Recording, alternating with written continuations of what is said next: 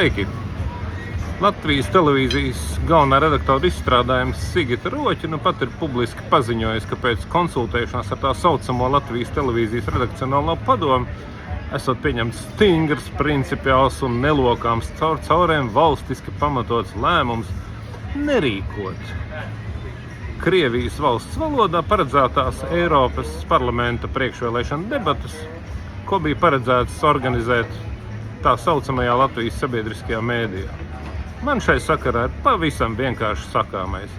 Vai atceraties, kā nedēļu pēc nedēļas visa šī tā saucamo sabiedrisko mēdīju vadības šļura ar putām uz lūpām jums un mums stāstīja, cik bezgala principiāli viņi esot, kā viņi pildot likuma satversmes un vēl valdzina kā prasības, kā viņiem esot viņu bezgala svarīgā misija Latvijas iedzīvotāju priekšā, kā viņiem esot viņu neaizskaramā redakcionālā izvēle un kā visi šie viņu principi, vērtības esot tik nozīmīgi, ka nekāda cita iespēja kā rīkot priekšvēlēšana debates Krievijas valsts valodā neesot pat apspriežama.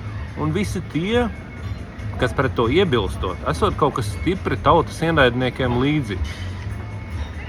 Tagad mēs redzam, ka visa šī te pļerkstēšana un bļaustīšanās par redakcionālo izvēli un vērtībām ir bijusi tukša muldēšana un melošana.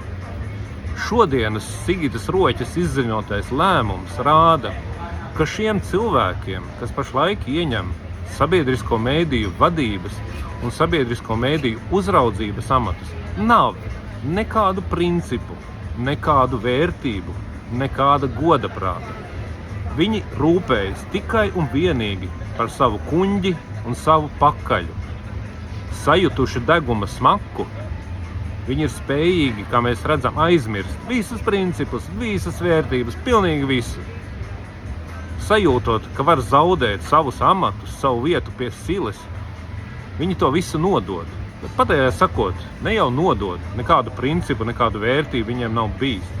Un tas nozīmē tikai vienu. Šis te priekšvēlēšana debašu skandāls paies un izgaisīs.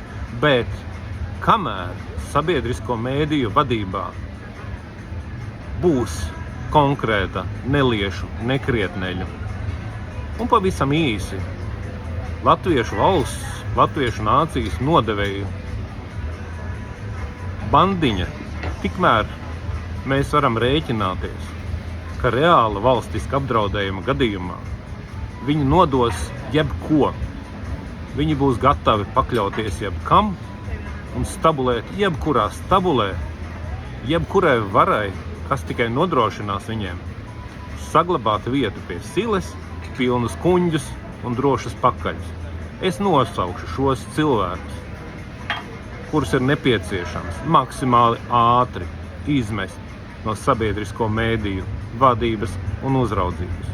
Jānis Siksnis, Jānis Eglītis, Sanita Upleja Jēgermane, Iveta Elksne, Ivars Priede, Sigita Roķe, Anita Brauna, Marta Cerava, Dagnija Neimane. Protams, ka šī šļura ir daudz apjomīgāka, bet ir jāsāk vismaz ar šo te, un tad jau pamazām varbūt kaut kas arī iet uz labu pusi. Atkārtoju vēlreiz, šie cilvēki ar šo te šodienas lēmumu pēkšņi atcelt tās pašas debates, kas bija viņu principu un redakcionālās izvēles un cieņas pret likumu jautājums, cieņas pret likumu, cieņas pret patvērsmi, kā viņi to saprotot.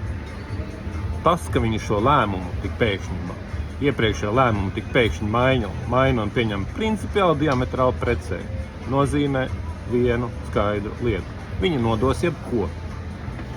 Latvijas valsti un katra jūsu Latvijas tautas, Latvijas sabiedrības intereses tā, ka nemetās.